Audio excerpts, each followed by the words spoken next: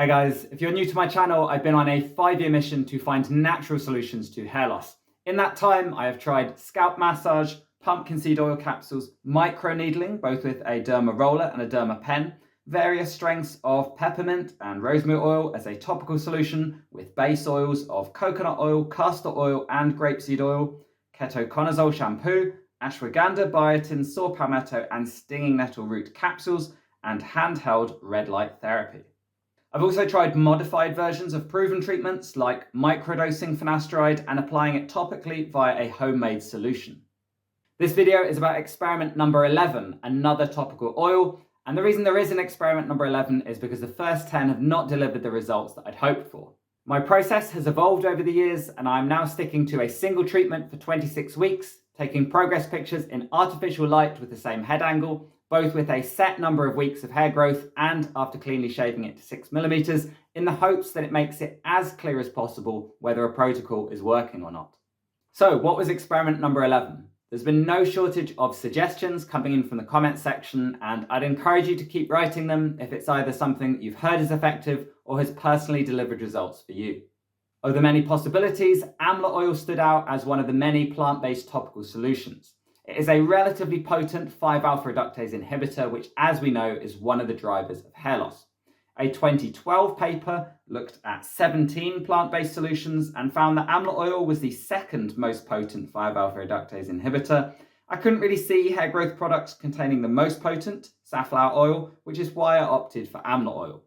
I took the protocol from the well-known study that showed rosemary oil to be as good as 2% minoxidil, which is twice daily application at 12-hour intervals.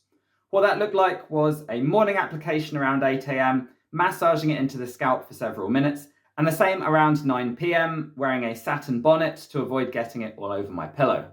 If you've been following my hair loss journey for any amount of time, you probably know what's coming next, and that is a series of pictures showing how my hair loss has evolved over the last 26 weeks. Firstly, pictures with exactly 7 weeks of growth. These are now my favourite way of assessing my hair loss because it makes it so clear where I'm thinning.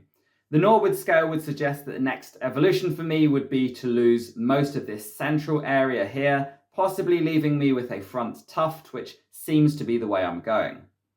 The shaved head pictures at least give me confidence that I can rock a shorter cut for another few years, but again, it's clear that the middle of my head is continuing to thin. I can therefore declare amla oil as ineffective at reversing hair loss, for me at least, and move on to the next protocol. I've spent a combined 164 weeks rubbing various topical solutions onto my scalp, so I am thrilled to take a break from that. The list of hair loss solutions that I believe to be effective and I'm willing to try is getting very small right now, as are my hair follicles. So I've gone with the big one next, which is low-level laser therapy. This is one of the only FDA-approved hair loss treatments alongside Finasteride and Minoxidil.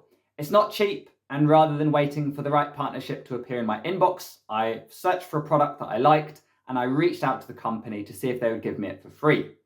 My first choice said yes, so I am now the proud owner of a £600, roughly $800 LED hair growth helmet from Current Body.